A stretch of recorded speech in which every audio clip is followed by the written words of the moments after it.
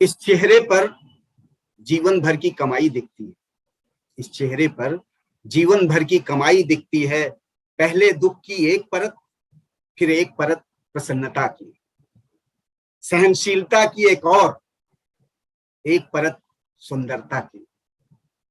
कितनी किताबें यहाँ इकट्ठा हैं, कितनी किताबें यहाँ इकट्ठा हैं। दुनिया को बेहतर बनाने का इरादा भी और खुशी को बचा लेने की खातिर एक जिद, एक हंसी जो पछतावे जैसी है और एक मायूसी उम्मीद की तरह, एक सरलता है जो सिर्फ झुकना जानती है, एक घृणा जो कभी प्रेम का विरोध नहीं करती।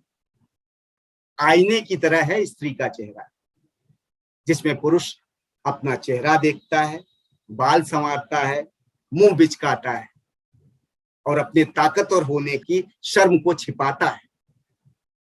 नमस्कार, भारतीय नाट्य अकादमी के कार्यक्रम रंगनाद में आप सभी का स्वागत है। आज की हमारी मेहमान हैं प्रीता माथुर ठाकुर, जो एक अभिनेत्री हैं, रंगकर्मी हैं, मुंबई की प्रतिष्ठित नाट्य संस्था अंक की सर्वे सर्वा है। तो आइए स्वागत करते हैं प्रीता माथुर जी का। नमस्कार प्रीता जी। नमस्कार विभांशु जी, सबको नमस्कार। कैसी हैं आप?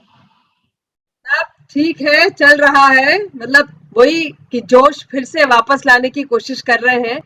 शोज शुरू हो रहे हैं तो रिहर्सल की तैयारी है। अब एक तरह से अजीब सी डिस्पोंडेंसी और वो सब लेथार्जी आ गई है, जिसको हटाने की कोशिश हो रही है। नहीं, फिर से वो ऊर्जा आएगी, फिर से हम लोग पटरी पे आ जाएंगे, ऐसी उम्मीद करते हैं। मैं बातचीत का सिलसिला शुरू करता हूँ। प्रीता जी, नाटक, अभिनय, एक्टिंग, ये आपके जीवन में कब और कैसे आया?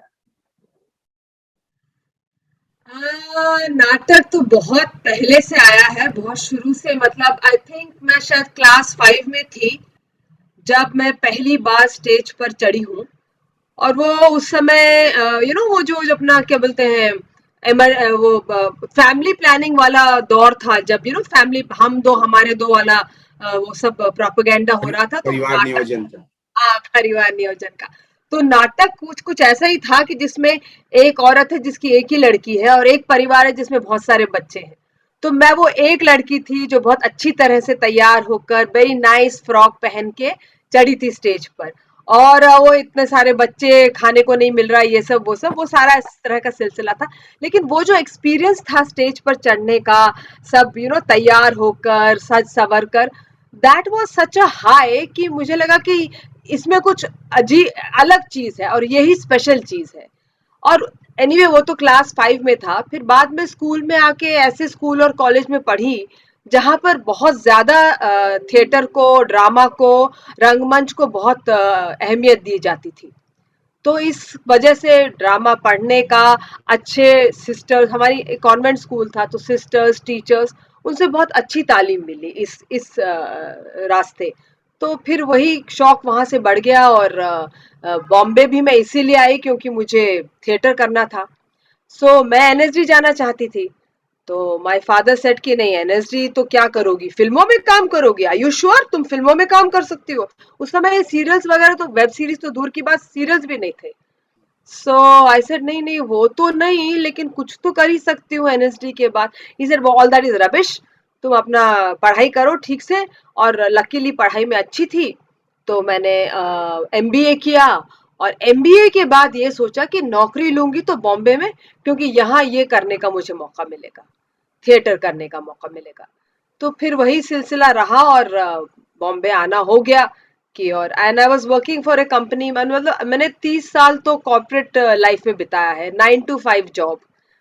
पर वो जॉब भी मैंने इसीलिए नहीं बदला क्योंकि वो लोग आदी हो गए थे मेरे थिएटर के, उसको टॉलरेट भी कर रहे थे और कुछ लोग अप्रिशिएट भी कर रहे थे। तो लगा कि इसी नौकरी के साथ चलना चाहिए क्योंकि थिएटर भी मेरा चलता रहेगा। और पहले मैंने इप्टा ज्वाइन किया, इंडियन पीपल्स थिएटर एसोसिएशन। तो वहां पे तो बहुत दिग्गज लोग थे, सुधीर पांडे, हंगल साहब सबसे बड़े। हम उनको बोलते थे द ओल्ड यंग मैन, उनको कहा जाता था। तो एंड उनसे बहुत सीखने का मौका मिला। करने का मौका इतना इप्टा में नहीं मिला जितना सीखने का मौका मिला। मतलब देख के सीखने का, रिहर्सल अटेंड करने का, वो किस तरह से वो लोग अपना पूरा सब संयोजित करते थे। तो करने का मतलब 3 साल में मैंने शायद 3 प्लेस बेरली किए होंगे, लेकिन समझने का बहुत मौका मिला, देख के ऑब्जर्वेशन करके समझने का। और फिर बहुत सारे लोग थे तो बातचीत होती ही थी। फिर हमारा एक छोटा सा ग्रुप बन गया था न्यू कमर्स का। हम लोग डिस्कस करते थे कि उन्होंने वो कैसे किया, उसका एनालिसिस, मतलब रिहर्सल के बाद वो चाय की थड़ी पर बैठ के यही बातें होती थी। तो इससे बहुत फायदा हुआ डिस्कशन से भी। और आज भी जब मैं वर्कशॉप करती हूँ तो मैं लोगों को चाहती हूँ कि जो मेरे वर्कशॉप में हैं लोग, वो अपने एक्सपीरियंस डिस्कस करें, because finally it is communication. तो बात करो इसके बारे में, क्या तुम्हें फील होता है, to get in touch with your feelings. वो हम लोग बहुत करते थे। मुंबई आने के बाद आपकी शुरुआत सीधे इप्टा से हुई या किसी और ग्रुप से भी आप जुड़ी थी? एक्चुअली सबसे पहले तो इप्टा से ही जुड़ने का मौका मिला, लेकिन मैं और थिएटर ग्रुप्स को भी देख रही थी कि कोई और है, क्योंकि मैंने जैसे कहा कि इप्टा में बहुत ज्यादा काम करने का मौका नहीं मिल रहा था। तो एक हमारे परिचित थे जो ओएनजीसी में काम करते थे, और ओएनजीसी भी ना काफी एनकरेज करती थी थिएटर वेटर। तो उन लोग का एक ग्रुप था, ड्रामा ग्रुप था ओएनजीसी में। तो वो ओएनजीसी जो बिल्डिंग है यहाँ बैंड्रा में, उनका हेड ऑफिस उधर, वहां पर वो छत पर रिहर्सल करते थे। तो कई प्लेस हमने छोटे, मतलब 1 एक्ट प्लेस हमने कई छत पे रिहर्सल करके की है। मतलब शाम को वहां पे एक ट्यूबलाइट जलती थी और उसके उसमें रिहर्सल होती थी। मैंने एक्चुअली काफी इंग्लिश थिएटर ग्रुप से भी जुड़ने की कोशिश की, लेकिन उस समय जिस तरह का काम वो कर रहे थे, जिस तरह के सब्जेक्ट्स उनके थे, वो बहुत रिलेटेबल नहीं थे। वो बहुत अडेप्टेशंस थे जो बिल्कुल they were relatable only to those environments. Indian environment में उनका कोई मतलब नहीं था एक्चुअली। तो वो मुझे बिल्कुल पसंद नहीं आया कि मतलब मैं क्या कर रही हूँ ये, मतलब अपनी जो बात कहनी है। मतलब और वो एक क्लास का थिएटर था, एक। हाँ, अलग अलग था। तो फिर वो जो अपनी जमीन की बात है और अपन से रिलेटेबल है, और जो मुझे कुछ जिसमें कुछ समझ लगती है, वैसा नहीं था। तो अभी एक्चुअली इंग्लिश थिएटर का पूरा जो ढांचा है और जो उसका पूरा शेप है वो बिल्कुल ही बदल गया है, और बहुत सारे लोग इंग्लिश में, इंडियंस इंग्लिश में लिख रहे हैं। लेकिन उस वक्त तो सिर्फ एकदम स्ट्रेट ट्रांसलेशंस किए जाते थे। तो वो बिल्कुल पैलेटेबल नहीं थे, वो बिल्कुल रिलेटेबल नहीं थे। फिर मैंने ये देखा कि दिनेश जी बड़ा काम कर रहे हैं, और मैं एक्चुअली मैं कुछ सीरियल्स भी करने लगी थी तब तक।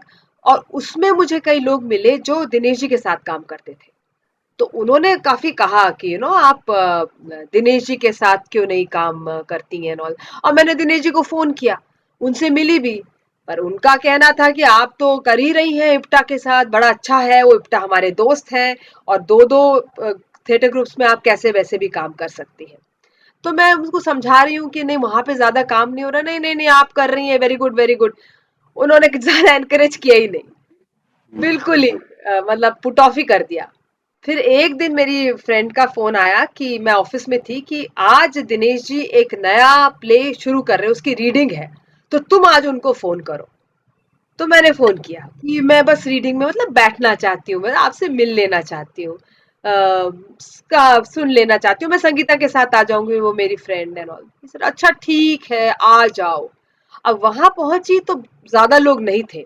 वो क्या होता है ना कि एक आप पहली बार जब प्ले पढ़ते हैं ना, जितने लोगों को आप बुलाते हैं उससे आधे लोग आते हैं। फिर दूसरे दिन कुछ और लोग आते हैं, फिर तीसरे दिन चौथे दिन ऐसे लोग फिर बढ़ते हैं, पहले दिन हमेशा कम ही होते हैं। तो वो मुझे फायदा हो गया। तो उसमें कुछ छोटे रोल थे, तो उन्होंने कहा दिनेश जी ने कि आप ये करोगी क्या, छोटा वाला रोल। मैंने कहा एनी डे, इमीडिएटली। और वो पहला और आखिरी छोटा रोल था जो मैंने दिनेश जी के साथ किया। क्योंकि उसके बाद एक डायरेक्टर को जो पता चलता है कि people are eager to work with you, तो वो भी उस तरह के प्ले उठाता है जिसमें आपकी कुछ हैसियत हो सके। तो फिर वहां से वो सिलसिला शुरू हुआ 1991 से, अंक में। तो चलिए, मेरा दूसरा सवाल यही था कि आप दिनेश जी से कब और कैसे मिली थी, लेकिन वो आपने जवाब दे ही दिया है। तो प्रीता जी, मैं यहाँ जानना चाहूंगा कि दिनेश जी का, क्योंकि वो एक्टर भी थे, डायरेक्टर भी थे, तो उनका काम करने का तरीका कैसा था, उनका किस तरह का प्रोसेस था जब वो कोई प्ले उठाते थे, तो किस तरह का निर्देशकी था? क्योंकि बीइंग ए एक्टर हिमसेल्फ ना, तो एक एक्टर का अभिनय कभी कभी निर्देशन में हावी हो जाता है। तो या उनमें कैसा था, या दोनों को डिटैच करके वो अपने आप को ले जा पाते थे? तो मैं जानना चाहूंगा कि सुनने वालों को पता चले कि दिनेश जी का प्रोसेस क्या था एक प्ले डायरेक्ट करने का। जी इसी का ये कहा जाता था कि आपको सुनाई दे रहा है ना? जी उनका ये कहा जाता था कि दिनेश जी के पास एक जादू की छड़ी है कि वो उसको फिराते हैं आपके इर्द गिर्द और आप एक्टर बन जाते हो। ऑब्वियसली ये सच नहीं था, पर लोगों का, सबका, एक्टर्स का मानना था कि नहीं, मैं बस दिनेश जी के ग्रुप में चला जाऊंगा तो मैं बस एक्टर बन ही जाऊंगा किसी तरह से। और वो मार पीट के आपको एक्टर बना ही देते थे। लेकिन उनकी प्रोसेस ये थी कि वो हर एक्टर को अलग से ट्रीट करते थे। मतलब आप उनसे मिलेंगे तो पहली बात तो आपसे वो काफी बातें करेंगे, आपके बारे में जानने की कोशिश करेंगे कि अच्छा, हम आपको चाहते हैं कि आप इस रोल में फिट होते हो, तो बहुत सी बातें करेंगे आपके साथ। वो एक एक्टर की मनस्थिति, किस तरह का मेंटल मेकअप है, वो जानना हमेशा हमेशा उसकी कोशिश करते थे। और कि आपकी क्या स्ट्रेंथ्स है और क्या वीकनेसेस है। तो आपको किसी रोल में डालेंगे तो वो रोल को भी इस तरह से चेंज कर देंगे कि आपकी जो स्ट्रेंथ्स है ना वो ऐसे निखर के आएंगी कि कोई भी देखने वाला समझेगा कि क्या बढ़िया एक्टर है। और जो वीकनेसेस थी वो बिल्कुल छिप जाती थी। और उनका ये भी था कि वो करके भी आपको बताते थे। तो कई एक्टर्स बड़े परेशान भी होते थे, दिनेश जी ऐसा क्या है, यार आप ही कर लो ना सारे रोल, आप इतना अच्छा कर रहे हो, हमसे नहीं हो पा रहा। तो वो उनका था कि patience, patience is the main thing. आप पेशेंस रखो, जैसा मैं कहता हूं करते जाओ। और कई बार, बिकॉज बहुत सारे एक्टर्स, ट्रेंड एक्टर्स नहीं आते थे हमारे पास अंक में। एक्टर्स ऐसे थे कि आज टिकट लिया, बॉम्बे पहुंच गए, धक्के खा के, फिर कि नहीं, थिएटर करना है। जोश तो बहुत है, इच्छा बहुत है, लेकिन एबिलिटी नहीं है। So then he would tell them कि जो मैं कहता हूं वही करो। अब जो ट्रेंड एक्टर है उसके साथ उनका बर्ताव बिल्कुल ही अलग था। लेकिन बहुत सारे जो थिएटर करने वाले, एनएसडी वाले लोग तो थिएटर करते नहीं थे। जो थिएटर के हिस्से आते थे वो तो अनट्रेन्ड एक्टर से आते थे। तो उनको एक तरह से ट्रेन करना। तो पहली बात तो ये कि भाई जो मैं कह रहा हूं वो करते जाओ। और आपके अगर पास अगर पेशेंस है तो आप खुद समझ जाओगे कि मैं क्यों कह रहा हूं जो कह रहा हूं। और हमारे आसपास 3 4 6 7 8 ऐसे एक्टर्स थे जिन्होंने इसी तरह से शुरुआत की। हूँ मैं हूँ, अमन गुप्ता है, अतुल माथुर है, शंकर अय्यर है, और भी बहुत सारे, जिन्होंने उनकी बात सुनी। और फिर हमें खुद समझ में आने लगा कि क्या कह रहे हैं दिनेश जी, किस तरह से, क्या इशारा है उनका। फिर इशारे से बात होने लगी। तो इस बात यहाँ तक पहुंच गई तो हमारे साथ कि बस उनका एक इशारा काफी था समझने के लिए कि उनको क्या चाहिए। लेकिन वो बहुत पेशेंस रखते थे। वो ये कहते थे कि नहीं, कोई नहीं, करेगा, ये करेगा। मैंने तो कई बार उनसे कहा कि ये लड़का कर पाएगा क्या? ये लड़का करेगा और तुम देखना कितना बढ़िया करेगा। और सच में ऐसी ही बात होती थी, क्योंकि वो नब्ज पकड़ लेते थे। लेकिन उनकी बात माननी पड़ती थी, उसमें वो बहुत स्ट्रिक्ट थे कि रिहर्सल पे आना है, इस टाइम पे समझना है, सोचना है, बात जो मैं कह रहा हूं करना है वही करना है। वो उनका बहुत था। बहुत अच्छी बात। जैसा आपने कहा कि वो अभिनेता के भीतर की क्षमता को पहले पहचानते थे, उससे निकालने की कोशिश करते थे।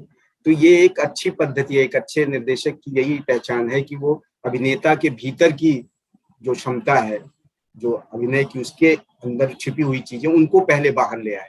तो एक यही एक अच्छे निर्देशक की पहचान भी है। तो लेकिन प्रीता जी, जैसे आप एमबीए करके आई थी और यहाँ आके कॉर्पोरेट सेक्टर में, मतलब उस तरह के कल्चर में जाके नौकरी करना, और बिल्कुल आप अलहदा एक अलग दुनिया में, जहाँ मतलब कला, संस्कृति और अभिनय और निर्देशन और नाटक और रंगमंच, तो एक विपरीत धारा में कैसे संतुलन कैसे किया आपने? ये बहुत मतलब जरूरी है जानना। इसी से संतुलन आया, जिंदगी में संतुलन इसी से आया। मैं तो कहती हूँ कि हर आदमी को जो एक 9 to 5 तरह का जॉब कर रहा है, उसके लिए ये स्ट्रेस रिलीवर बहुत जरूरी है। क्योंकि हम ऑफिस से निकल के आते थे रिहर्सल में और ऐसा लगता था कि एकदम सुबह उठ के आ गए हैं। वो जो पूरी थकान थी कम्यूटिंग की और दिन भर की ऑफिस में गुजारने की, समय काम करने की, सब एकदम धुल जाती थी। और ऐसा लगता था कि अभी अभी तो सुबह हुई है और काम शुरू हुआ है। तो वो, ये मुझे तो लगता है ये बहुत जरूरी है। और आप पूरे दिन एक ही चीज के बारे में सोचते रहें तो ज्यादा थकान होती है। आपके पास अगर दो अलग चीजें हो सोचने के लिए, तो बहुत एक दूसरे की पूरक बनती हैं, और फिर आप अपना काम भी वहाँ ऑफिस में ज्यादा अच्छी तरह से कर पाते हैं, और उसका स्ट्रेस आप वहीं छोड़ देते हैं। मेरा तो ये होता था कि मैं ऑफिस से निकलती थी एंड टोटल स्विच ऑफ हो जाता था, और जब सुबह ऑफिस पहुंचती थी तो एक स्विच ऑन होता था। और उसी तरह थिएटर में भी जैसे ही पहुंचने लगी, सीढ़ियां चढ़ने लगी रिहर्सल के लिए, तो स्विच ऑन हो गया।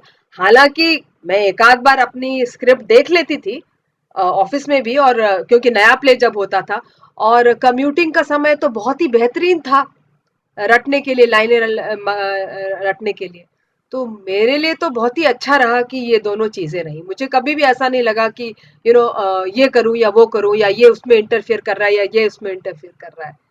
एंड आई फील कि और लोग भी जो दूसरा स्ट्रेसफुल काम करते हैं, उनके लिए थिएटर जैसी चीजों का एक आउटलेट होना ही चाहिए।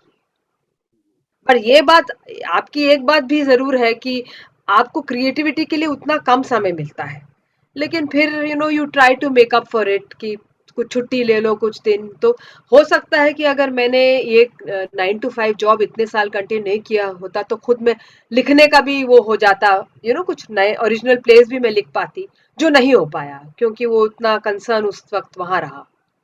बट मेरे लिए तो बहुत ही सही रहा ये सारा समय मामला। तो बच जाता ही है कि 9 to 5 का जॉब करना, फिर रिहर्सल में आना। लेकिन जैसा आपने कहा कि ऑन ऑफ, ये ऑन ऑफ इतना सहज नहीं है।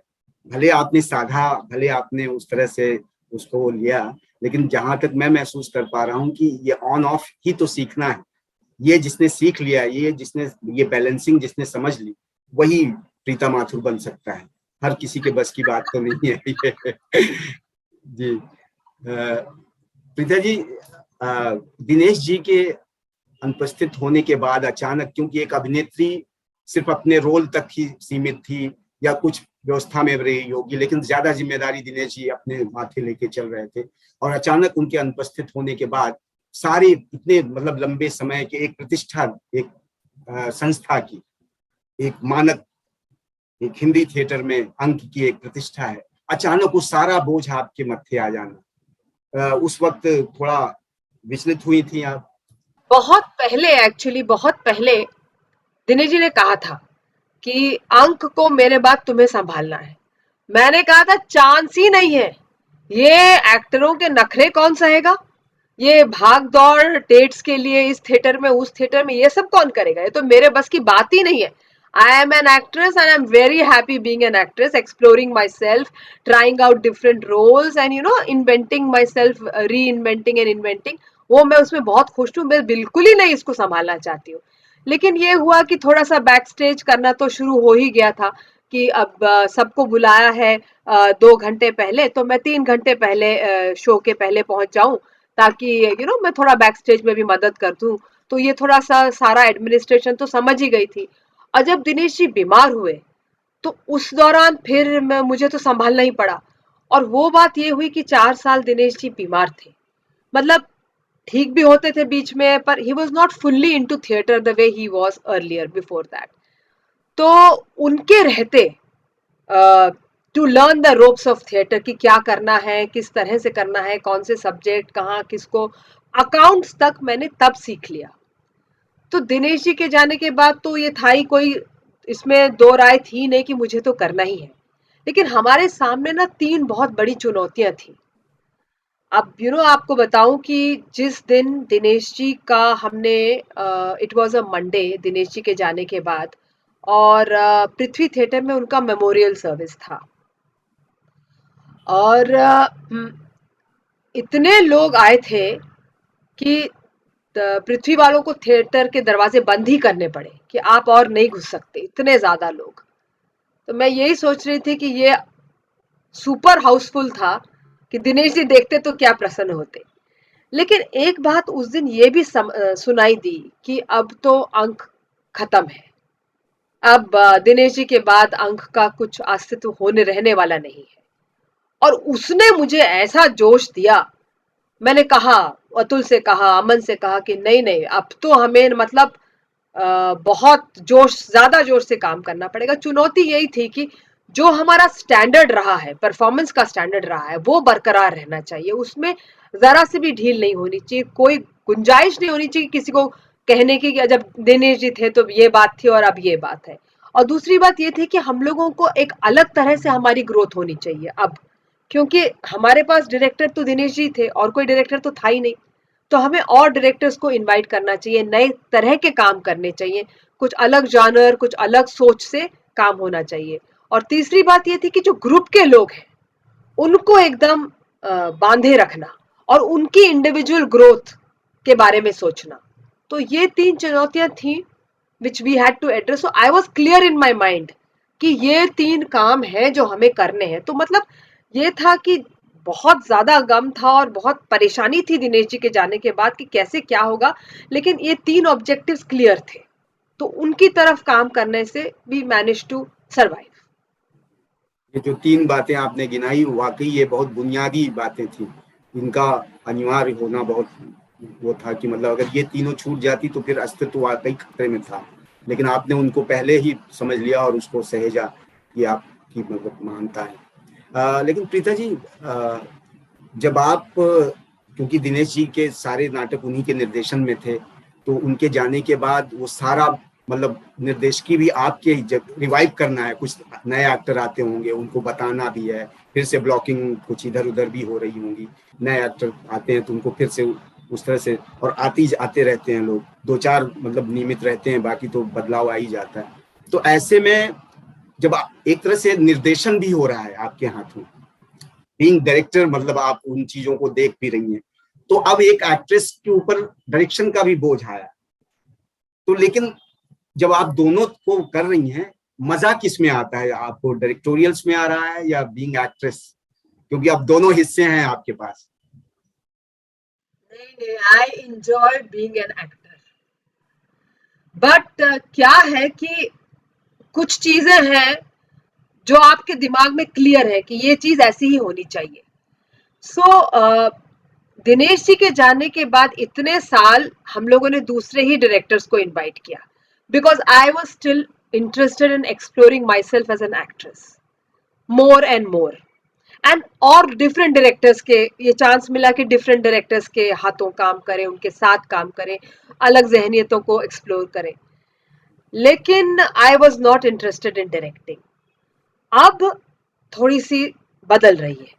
जैसे आपने कहा जो रिप्लेसमेंट्स थे वो तो हमने किए ही, क्योंकि वहां पे पिक्चर क्लियर थी कि ये है, ये होना है, ये है खांचा, इसमें ढलना है सबको। और वही बात हमने इस्तेमाल की कि जिस तरह से दिनेश जी एक्टर्स को समझने की कोशिश करते थे, वही हथकंडे जो है हमने अपनाए कि एक जो भी एक्टर आता है उसको थोड़ा समझो, और फिर उससे जिस तरह से, अभी हर एक्टर को इतना ज्यादा हर एक्टर पे टाइम जाया करना भी पॉसिबल नहीं होता है, लेकिन try to do it, because फिर यू नो वो एक्टर थोड़ा सा कम हो चलेगा, लेकिन वो इंसान अच्छा होना चाहिए। तो वो बात भी बहुत जरूरी थी। तो ऐसे लोग हमसे जुड़े, जो एक्टर थोड़े कम है तो हम उनको हेल्प कर देंगे, लेकिन इंसान अच्छे होने चाहिए, उनका कमिटमेंट और डेडिकेशन क्लियर होना चाहिए। वो ये नहीं होना चाहिए कि आज इधर कल उधर के हाँ आ जाएंगे, वो सब नहीं होना चाहिए। तो we only look for people like that, कि जो इस तरह का हमें कमिटमेंट दे सके। लेकिन अब थोड़ा सा बदल रहा है, और उस समय क्या था ना, एक बार थर्ड बेल हो गई तो I will not think of anybody else, I will only think of myself as an actress, कि मुझे क्या करना है। अब ये भी है कि स्टेज पर जो आदमी 19 कर रहा है या 18-17 पे फिसल रहा है तो उसको संभालना तो पड़ेगा। लेकिन as a director I am dead. Once the third bell is gone, director is dead, director should be dead, and only the actors should be alive and the audience is there. वही होना चाहिए, वही किया हम लोगों ने, that was the only way. अब अगर सोच रहे हैं कि अब हम डायरेक्शन में अभी खुद लिख रहे हैं, लिख भी रहे हैं, तो वो डायरेक्शन कुछ चीजें, हालांकि अब भी मैं चाहती हूँ कि और डायरेक्टर्स आए, लेकिन अब खुद का भी डायरेक्ट करने का मन है, मतलब एक नई चीज। तो उसमें भी होने वाला तो वही है कि थर्ड, उसमें भी एक्टिंग तो मैं करूंगी because you see Himanshu ji, the thing is कि you have to have people you can depend on. अब हाउ मच मैं अपने से ज्यादा और किस पे डिपेंड कर सकती हूँ। आई नो कि one major lead is taken care of if I do it, तो मुझे करना ही पड़ेगा। नहीं तो आप किसी के डेट के पीछे भागते रहो, अपनी डेट्स उसके साथ रिहर्सल डेट्स एडजस्ट करते रहो, कैसे होगा? तो एक्टिंग तो करनी ही पड़ेगी। लेकिन after third bell director is dead. उसी तरह। जैसा आपने कहा कि हथकंडा, दिनेश जी का हथकंडा एक शब्द आपने इस्तेमाल किया, तो लेकिन उनका हथकंडा तो टेस्टेड था, अब आप उसको आजमा रही हैं, तो आपको लगता है कि आपने भी पूरी तरह से वो हथकंडा मतलब समझ लिया है, या अभी कुछ उसमें कमतरी है थोड़ी बहुत? दिनेश जी का एक था कि देखो, मैं ये चाहता हूं कि ये सीन इस तरह से होगा, तुमको इस तरह से कहना है और इस तरह से बोलना है, and this is my vision. Okay, so and उनका word, because obviously he was more experience than any of us over there. पर अगर हमें लगता था नहीं दिनेश जी इस तरह से भी हो सकता है, तो हम बोलते थे दिनेश जी से, नो शट अप, जो मैं कह रहा हूं वो करो। हमने किया। दूसरे दिन दिनेश जी ने कहा, अच्छा वो क्या था तुम कह रही थी कि तुम कुछ अलग तरह से कुछ करना चाहते, अच्छा ट्राई करो, देखते हैं देखते हैं। ठीक है, हो गया तो हो गया, नहीं हो गया तो नहीं हो गया। But I am not like that. मैं क्या करती हूँ कि देखो मुझे लगता है ऐसे करना चाहिए, लेकिन उधर से अतुल कहेगा कि नहीं प्रीता जी इसको थोड़ा सा ऐसे ट्राई करें, ऐसे करो, ट्राई करो। So I am like, I try to take other people's suggestion also. Vision is mine, लेकिन there are ways of getting to that vision, so I don't mind suggestions. कि कोई कोई एक नया लड़का आया उस दिन, उसने कहा कि प्रीता जी है ना उसको ऐसे नहीं बोल सकते, करके देख सकते कि ऐसा करें, ऐसे, हाँ चलो ट्राई करते। और सच में दैट वाज गुड थिंग। तो I am more open to suggestions. So so it's like more of a cooperative, कि चलो तुम कह सकते हो, तुम भी कह, लेकिन फाइनली हाँ या ना, if I am the direct sitting in the director seat, it will be mine. अगर अतुल बीवियों का मदरसा डायरेक्ट कर रहा है तो लास्ट वर्ड अतुल का होगा, मेरा कोई भी सजेशन हो। तो इस तरह से हम लोगों ने काम करने की कोशिश की है। बिल्कुल, रूलिंग आइडिया तो डायरेक्टर का होना ही चाहिए, किसी भी, चाहे हाँ, कोई भी करे, कोई भी वो करे। और अकाउंटेबिलिटी भी तो डॉक्टर डायरेक्टर की है ना, कुछ चीज जी जी गड़बड़ हो जाए तो जी somebody जी has to, the buck stops there. जी, बिल्कुल बिल्कुल, जिम्मेदारी है, कैप्टन है भाई।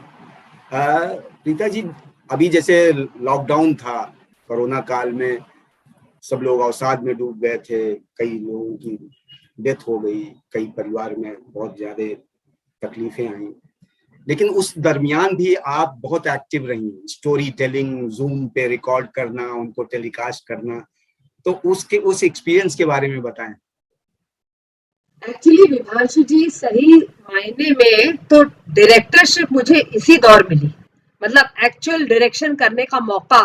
तो बिकॉज वो नई चीज थी, नया विजन था, नया फॉर्मेट था, तो वो सब करने का मौका इसी दौर मिला। एक्चुअली जब ये अप्रैल में शुरू हुआ ना, तो एक अजीब तरह का आइसोलेशन हो गया सबका। घर में बैठे हैं, बाई भी नहीं है, बाई कोई आ नहीं सकती कोई, और आप अकेले हैं, आप अपने नेबर से भी मिलने में डर रहे हैं। तो इस दौर में नेहा नेहा शरद है, शरद जी की बेटी, उसने कांटेक्ट किया कि पापा की वो आ रही है, वो बरसी जो उन्होंने वो करते हैं ना उनका डेट ऑफ, तो कुछ रीडिंग करते हैं। तो मेरे पास 3-4 किताबें थी, दिनेश जी की बहुत अच्छी लाइब्रेरी, बड़ी काम आई इस समय।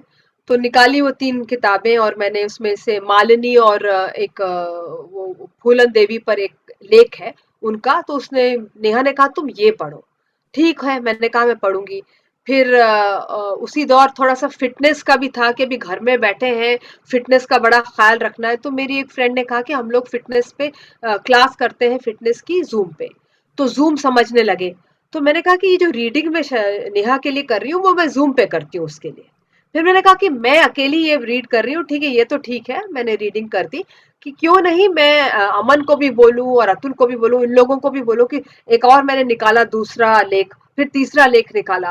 फिर यहाँ से मुझे लगा कि जो कहानियां, जो इतनी प्रिय प्रेमचंद जी की कहानियां हैं, रेणु जी की कहानियां हैं, जो हम लोग पढ़ते थे और सोचते थे कि कभी इनको नाटक के में ढालेंगे, क्यों ना वो कहानियां हम पढ़ना शुरू करें। और फिर क्या है कि जब आप फिल्म बनाते हो तो कुछ स्क्रीन प्ले होता है, और जब आप थिएटर करते हो तो स्क्रिप्ट होती है, लेकिन जब आप कहानियां सुनाना चाहते हो, तो एक चीज हम लोगों ने एक वर्ड कॉइन किया, सीन प्ले। Scene play.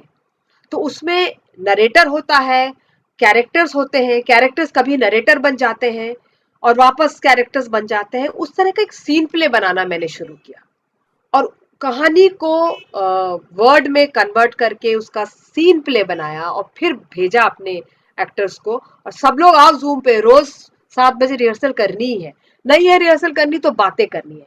पर बातें फिर कम ही हुई और ये रिहर्सल ही हुई। तो that kept us alive and that kept us Sen. नहीं तो हम लोग पागल ही हो जाते। आई थिंक इट वाज बहुत ही जस्ट बहुत ही अच्छा प्रयोग रहा, क्योंकि 2-3 कहानियों से मैं भी गुजरा हूँ, तो हाँ मैंने वो सुनी आपने है। नहीं, मैंने आपकी वो पूरे प्रेजेंटेशन को देखा तो बहुत ही अच्छा है, क्रिएटिव एस्पेक्ट, एक नया आयाम नजर आया। उस वक्त की जरूरत भी थी, उस तरह से सब एक्टिव भी हो गए, सबका एक रुझान पैदा हुआ। फिर हमने उसका पॉडकास्ट भी शुरू कर दिया। तो बीच में भावना सोमैया से बात हुई, जो अपनी थिएटर फिल्म क्रिटिक है। तो वो उन्होंने कहा कि आप पॉडकास्ट क्यों नहीं करते हो। तो फिर कुछ पॉडकास्ट वाले जो लोग पॉडकास्ट, उन्होंने अपना भी अभी एक प्लेटफॉर्म बनाया। तो हमने फिर पॉडकास्ट करना शुरू कर दिया। फिर उसमें गाने डालने शुरू कर दिए, म्यूजिक क्रिएट करना शुरू किया, एडिटिंग वगैरह सारा। तो अमन ने को मैंने कहा चलो तुम एडिटिंग में जरा, और उसने अपनी सारी, उसने बहुत कुछ सीख लिया इस दौरान। तो फिर वो एक अच्छी, अब अपना खुद का म्यूजिक डालना, अभी कुछ सिंगर से गवाना, अभी गाने लिखना, गजलें लिखना, ये सब भी शुरू हो गया। तो आई थिंक हम लोगों ने बहुत कुछ एक्सप्लोर कर लिया। लेकिन अब वापस थिएटर में आना है और कुछ अच्छा करना है, यही बात दिमाग को परेशान करे हुए है। नहीं, वो भी हो जाएगा, क्योंकि आप तो इतनी एक्टिव रहती हैं। प्रीता जी, क्योंकि आप मुंबई थिएटर से तो इतने लंबे अरसे से जुड़ी रही हैं, लेकिन मैं एक पूरे परिप्रेक्ष्य में बात कर रहा हूँ कि हिंदी रंगमंच की बात कर रहा हूँ। आज आप पूरे हिंदी रंगमंच के स्वरूप को किस तरह से देख रही हैं? अभी ये 2 ढाई साल की बात तो आप छोड़ दीजिए, तो नहीं, सब इसको बात तो छोड़ के, बिल्कुल इसको अलहदा करके, बिल्कुल इसको छोड़ के। छोड़ दीजिए। 10 साल पहले जैसे जोधपुर, बीकानेर में तो थिएटर था ही नहीं। हाँ, उदयपुर में होता था, जोधपुर में कुछ कुछ हो ही रहा था। लेकिन इस पिछले 10 सालों में अलवर में, अजमेर में, उदयपुर में बढ़ गया, जोधपुर में, बीकानेर का एक बीकानेर थिएटर फेस्टिवल ही शुरू हो गया, भोपाल में, इंदौर में, जबलपुर में, बहुत सारा इस हिंदी स्पीकिंग बेल्ट में बहुत कुछ थिएटर होने लगा है। सो मुझे तो लगता है, और इन लोगों ने वही, और जैसे बीकानेर में आपको बताओ 9 थिएटर ग्रुप्स हैं। आप सोच सकते हो पहले हार्डली बीकानेर में थिएटर का हम बात सुनते थे, अब 9 थिएटर ग्रुप्स हैं वहां जो थिएटर कर रहे हैं अपने अपने हिसाब से। सो थिएटर तो हो रहा है, यूपी में भी कई जगह हो रहा है, बिहार में तो आपको पता ही है, पटना में, यहाँ वहां छोटी जगहों में, सब जगह। लेकिन थिएटर की जो ऑडियंस है, उनको फ्री में जो थिएटर दिखाने वाली बात है ना, ये बहुत परेशान कर रही है। क्योंकि वो फ्री में अगर आप उनको दिखाओगे तो उनको फ्री की जो वो आदत पड़ जाती है, वो कुछ टिकट लेके देखना नहीं चाहते। उससे क्या होता है कि जो थिएटर कर रहे हैं लोग, उन पे बहुत बोझ पड़ता है और उनका स्टैंडर्ड बढ़ नहीं पाता है। तो जो एमेच्योर स्टैंडर्ड है वो एमेच्योर ही रह जाता है। तो उसमें जो जो क्वालिटी में फर्क आना चाहिए, जो बढ़नी चाहिए क्वालिटी थिएटर की और एक्टर की और प्रोडक्शन की, वो नहीं बढ़ पाती है। तो वो एक बड़ी प्रॉब्लम हो रही है कि थिएटर करने वाले तो बढ़ रहे हैं, थिएटर भी बढ़ रहा है, बहुत सारे नाटक हो रहे हैं, लेकिन वो क्वालिटी जिस तरह से बढ़नी चाहिए ना, उसका थोड़ा सा कंसिडरेशन, कंसर्न है। बिल्कुल क्वालिटी थिएटर की बात है, और वो और बिल्कुल हाँ, और वाजिब उससे, बात है। हाँ, क्योंकि वो टिकट थिएटर नहीं है, पैसे नहीं दे रहे लोग, तो कहाँ से लाएगा आदमी। अपने जेब से पहले प्रोडक्शन में तो खर्च कर देगा, दूसरे तीसरे में भी खर्च कर लेगा, लेकिन आगे तो वो सस्टेनिंग तो नहीं होगा ना वो। आपको कुछ तो, अब वो लोग ले रहे हैं, कुछ ग्रांट व्रांट भी ले रहे हैं, लेकिन ग्रांट से भी तो इतना नहीं हो पाता ना।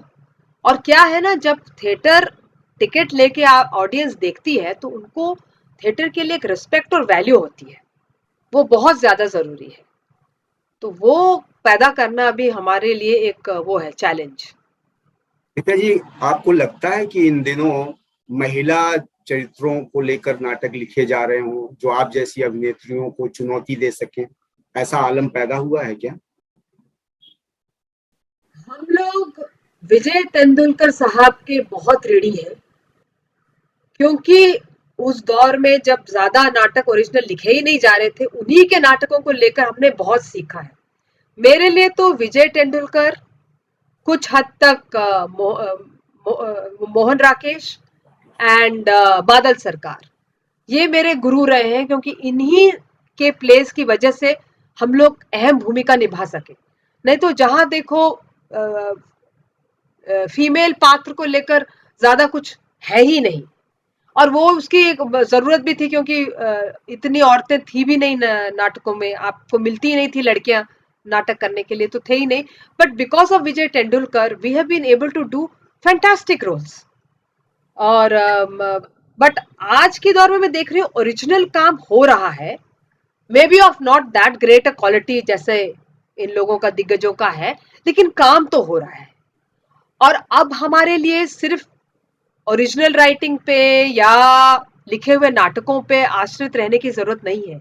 इतनी सारी कहानियां हैं, इनमें से हम नाटक निकाल लें, वो ही कोशिश हो रही है। और अब खुद लिखेंगे तो हम नेचुरली फीमेल पात्र को तो रखेंगे ही, एक फीमेल पात्र को स्ट्रॉन्ग रखेंगे ही।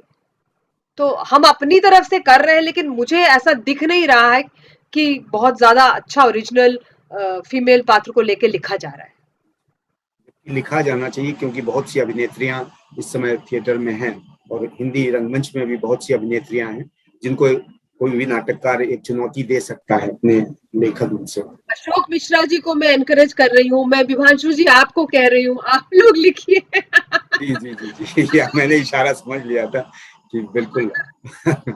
प्रीता जी, स्पेसिफिक अगर हम बात करें कि मुंबई का थिएटर ओवरऑल सारी लैंग्वेजेस को, मैं सिर्फ हिंदी रंगमंच की बात नहीं कर रहा हूँ, सारे लैंग्वेज की, मतलब मुंबई का थिएटर, महाराष्ट्र का भी नहीं, मुंबई का थिएटर और जगह से कितना फर्क है, क्या अंतर? जैसे मैं अगर कोई एक शहर का नाम लूं तो दिल्ली का थिएटर और मुंबई का थिएटर, फर्क क्या है? मुंबई में तो बहुत ज्यादा थिएटर हो रहा है, मुझे लगता है, क्योंकि कहाँ है, कौन सी जगह है इस पूरे देश में जहां हर रोज आपको नाटक मिलने को, हिंदी नाटक देखने का मौका मिले, तो वो तो बंबई ही है। कि अब ऑफ कोर्स पृथ्वी थिएटर की वजह से, और अब दूसरे वो छोटे छोटे थिएटर ब्लैक बॉक्स जैसे शुरू हो गए हैं, वो भी ज्यादातर वीकेंड पे ही है, लेकिन पृथ्वी थिएटर तो एक है ना। हमारी फेलिंग ये है कि इतने सालों में हम एक दूसरा पृथ्वी थिएटर नहीं खड़ा कर पाए, ये हमारी फेलिंग है। लेकिन एक वो तो है। तो और मुझे यहाँ पे ऐसा लग रहा है कि दिल्ली में मुझे लगता है लोग रिहर्सल और ट्रेनिंग पे जरा ज्यादा जोर देते हैं। बॉम्बे में अब लोगों को फुर्सत नहीं है, लोग अब ज्यादा भाग रहे हैं बॉम्बे में। वेब सीरीज है, ये है, वो है, ऑडिशन है, ये है, वो है, तो वो ट्रेनिंग और रिहर्सल में समय देना ही नहीं चाहते। अब आपसे ऐसे थोड़ी प्ले हो जाएगा। और थिएटर का मतलब ही रिहर्सल है। रिहर्सल में जो मजा है, जो क्रिएटिविटी एक्चुअल जो उपजती है और फैलती है रिहर्सल में, वो उसमें, वो शो में कहाँ फैलती है? शो तो शो है, शो तो होगा ही, लेकिन एक्चुअल क्रिएटिविटी तो रिहर्सल की होती है ना। Rehearsal is the soul of theatre. वहां आप मिलते हो, बात करते हो, कुछ क्रिएट करते हो, चेंज करते हो, री इन्वेंट करते हो। तो लोगों के लिए अनफॉर्चुनेटली मैं पा रही हूँ बॉम्बे में जो एक्टर्स हमारे साथ काम भी कर रहे हैं, रिहर्सल करने का उनके पास टाइम नहीं है।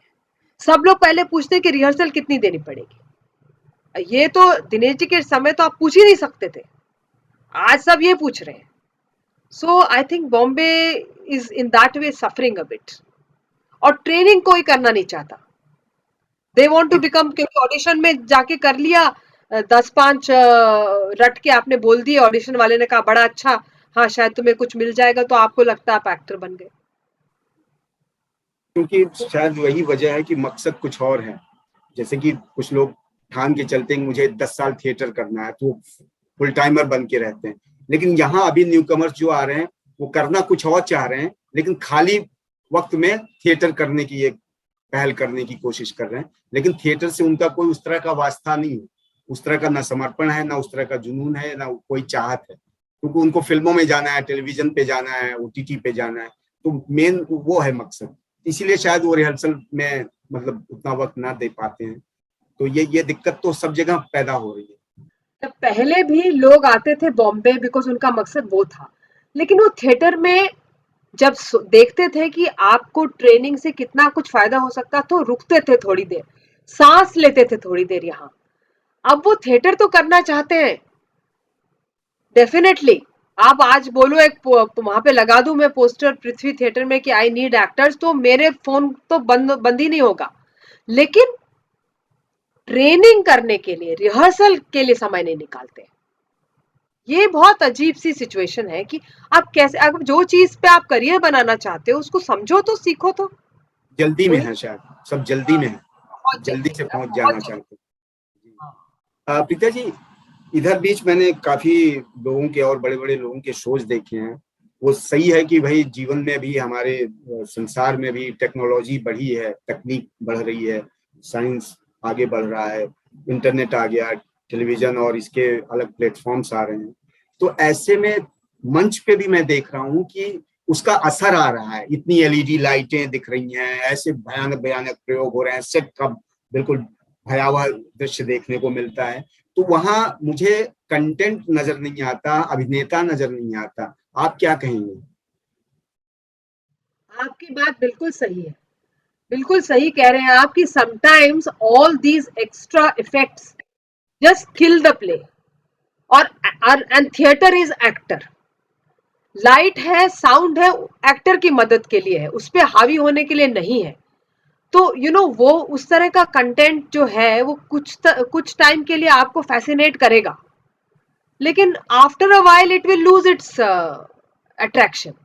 तो फिर वो एक्टर ही होगा और ऑडियंस ही होगी, और उनके बीच का फासला जितना कम हो सकता है उतना होना चाहिए। अनिवार्य तो यही है, एक्टर और ऑडियंस, इसके अलावा क्या चाहिए? लेकिन लोग भूल इन दोनों को ही भुला के कुछ और तीसरा ढूंढने में लगे हैं। वो होगा, करेंगे भी तो it be very short lived. कुछ समय के लिए आपको अलग चीज लगेगी, फैसिनेटिंग लगेगी, लेकिन अब ये जो ब्लैक बॉक्स जो इतने सारे ओपन हो रहे हैं, इनमें आपके पास वो इक्विपमेंट ही नहीं है ना, आपके पास उतना पैसा है कि आप इतना ज्यादा इफेक्ट क्रिएट करो। तो वहां तो आप और एक्टर ही होंगे, है ना? तो वो ही वापस आएगा, वही रहेगा। एक सवाल, जब हम लोग जब से मतलब थिएटर में हमने आंखें खोली हैं, तब से यही सवाल चलता आ रहा है कि हिंदी रंगमंच में रोजगार नहीं है, रोजगार की समस्या। मतलब आदमी कैसे सरवाइव करे, सिर्फ थिएटर से कैसे सरवाइव करे, ये एक सवाल है। इसका आपके पास कोई जवाब है? आप नहीं कर सकते, आप थिएटर से सरवाइव कर ही नहीं सकते, इट्स नॉट पॉसिबल। मैंने बहुत सारे लोगों को देखा है, दिनेश जी खुद भी कर रहे थे, लेकिन वो कुछ ना कुछ और तो उनको करना ही पड़ा था। You can not survive. And अभी everybody wants a better kind of life. वो जो एक छोटे सी जगह में रहना, अपनी जो जरूरत की चीजें हैं उनसे ही गुजारा कर लेना, वो अब वो रहा ही नहीं। आपको कुछ और चाहिए ही होगा, तो you can not survive. But आपको एक बात बताऊं कि थिएटर से जुड़े हुए व्यवसाय भी शुरू हो गए हैं। जैसे अगर आप थिएटर में कमिटेड हो और आपके पास कोई और एबिलिटी नहीं है, कोई और क्वालिफिकेशन, जैसे मैंने एमबीए किया तो I can get a job in an office, in a corporate setup. लेकिन अगर आपके पास वो क्वालिफिकेशन नहीं है, आप टोटली थिएटर में ही कमिटेड हो, आपकी क्वालिफिकेशन भी थिएटर के लिए है, फिर भी आप और कुछ कर सकते हो। जैसे आप कुछ डिजाइनिंग कर सकते हो, कुछ प्रोडक्शन कंपनीज के लिए, कुछ लाइटिंग प्रोडक्शन कंपनीज के लिए कर सकते हो, आप कॉर्पोरेट्स के लिए कुछ ट्रेनिंग प्रोग्राम्स बना सकते हो। तो ये थिएटर से कुछ रिलेटेड व्यवसाय जो है ना, कुछ पॉसिबिलिटीज, वो आपको टैप करनी पड़ेंगी, एंड इट इज पॉसिबल। सो आप कहने को तो थिएटर कर रहे हो और 9 to 5 जॉब में नहीं हो, लेकिन फिर भी आप सरवाइव कर सकते हो।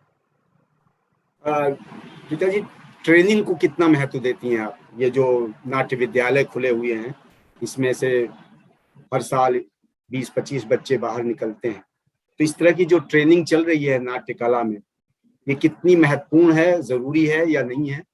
क्या कहेंगे? ट्रेनिंग तो बहुत जरूरी है।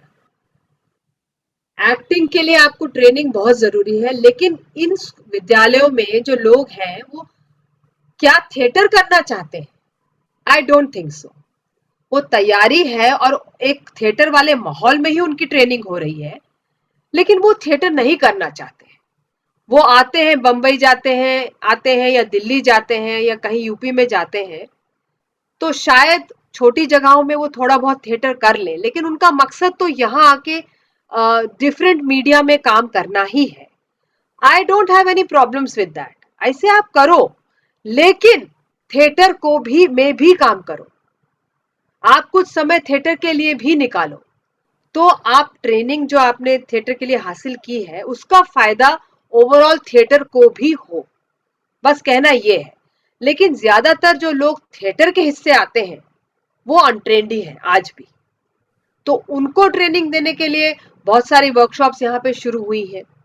अब अलग अलग वर्कशॉप में किस तरह की ट्रेनिंग कितने हद तक की दी जाती है, I don't know. Whistling would say लोग आते हैं, क्रिएटिंग कैरेक्टर्स एक है वहां से लोग आते हैं, अनुपम खेर जी के वर्कशॉप से भी लोग आते हैं, तो उनमें कुछ अच्छी चीजें रहती है। एक बात तो रहती है कि कुछ कुछ तो आइडिया है उनको, लेकिन बहुत सारी कमियां भी होती है, क्योंकि वो भी 3 महीने या 4 महीने के ऐसे ही कोर्स होते हैं। तो एक थिएटर ग्रुप के साथ ट्रेनिंग हासिल करने में कुछ एडवांटेजेस है, लेकिन अनुपम खेर जी का भी नाम है तो वहां पे भी कुछ एडवांटेजेस है।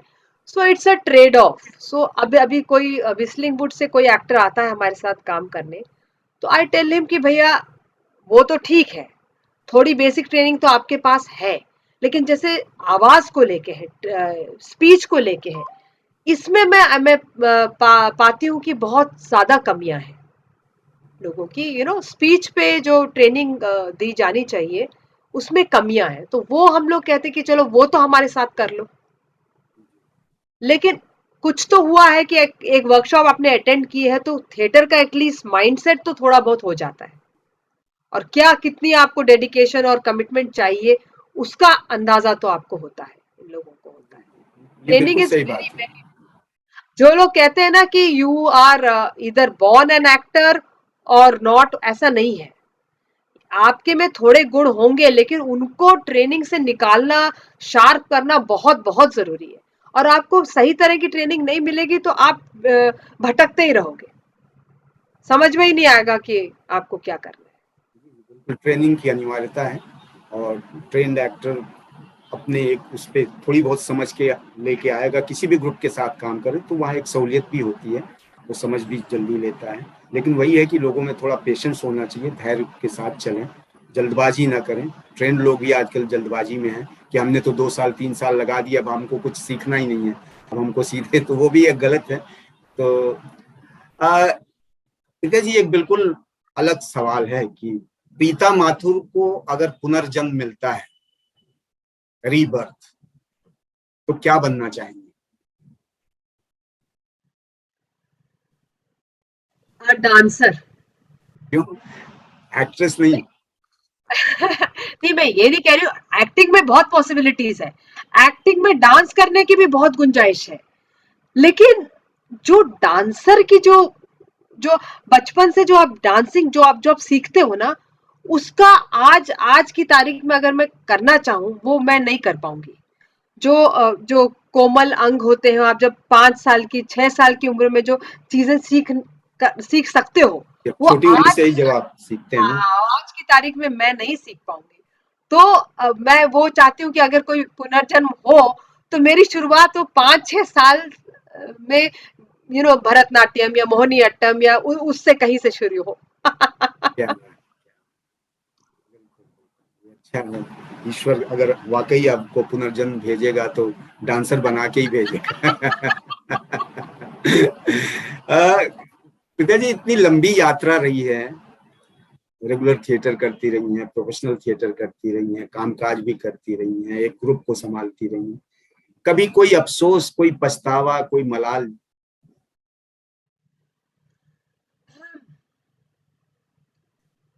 नहीं, ऐसा लगता है कि ये जो थिएटर का सिलसिला था, प्रोफेशनल थिएटर का, वो मुझे और जल्दी शुरू करना चाहिए था, उसमें थोड़ी देर हो गई। थोड़ा जो प्रोफेशनल थिएटर का सिलसिला था, अगर वो ज्यादा जल्दी शुरू हो जाता, तो जैसे कि बॉम्बे आने में देर कर दी, या थोड़ा पहले, या यहाँ यहाँ पे मैंने अगर तालीम पाई होती, अपना एजुकेशन यहाँ किया होता, तो मैं उतनी जल्दी जरा शुरू कर सकती थी। तो बट वेल, ऐसी कोई एक थोड़ा सा है उसका, लेकिन नो, नो रिग्रेट्स। अ, अंक की कोई नई योजना आने वाली है, कोई नया नाटक, कोई नई शुरुआत? लोग बहुत इंस्पायर्ड हो गए कि ये 75 years ऑफ इंडियाज इंडिपेंडेंस, और मैंने कई पढ़ा भी, और कुछ very less well known freedom fighters हैं जो ज्यादा माने नहीं गए हैं, ज्यादा उनके बारे में बात नहीं हुई है, ज्यादा चर्चा नहीं हुई है, जैसे रानी अब्बक्का, एक कर्नाटक की रानी थी, उल्लाल की, और उन्होंने ब्रिटिशर्स से लड़ाई नहीं की, बल्कि पोर्चुगीज से लड़ाई की, पुर्तगालियों से उन्होंने, उनकी जंग थी, और उनकी ही वजह से पुर्तगाली सिर्फ गोवा तक सीमित रहे। तो उनकी कहानी कहने की इच्छा है, और कुछ महात्मा बुद्ध पे कुछ बातें, महात्मा बुद्ध पे कुछ बातें कहने की बड़ी इच्छा है, क्योंकि अजीब बात यह है कि जो भी हम लोगों ने महात्मा बुद्ध के बारे में सुना है, कि वो किस तरह से उन्होंने अपने बच्चे को, अपनी पत्नी को त्याग दिया, और पत्नी ने भी एक किसी ने कविता भी बड़ी लिखी है कि यशोधरा का क्या कि क्या त्रासदी थी, और वो सब। और मैंने अब पढ़ने में पाया है कि ऐसा नहीं था, कि सच में ऐसा था, ये बात थोड़ी सी डाउटफुल है। ऐसा लगता है कि बुद्ध जो थे, गौतम सिद्धार्थ जो थे, उन्होंने अपनी पत्नी को ये सब बातें बताई थी। वो और उनकी पत्नी दोनों उस सच के लिए के अभिलाषी थे, लेकिन बिकॉज पत्नी महल छोड़कर नहीं जा सकती थी, तो उन्होंने ये बीड़ा लिया कि मैं जाता हूँ, मैं पता करता हूँ, फिर मैं आके तुम्हें बताता हूँ। तो एक बहुत कुछ मुझे वियतनामीज जो राइटर हैं, तिच नात यन, उनकी कुछ किताबें मिली हैं, वो बहुत प्रभावित कर रही हैं, तो वो उनकी कहानी कुछ कहने की भी मंशा है।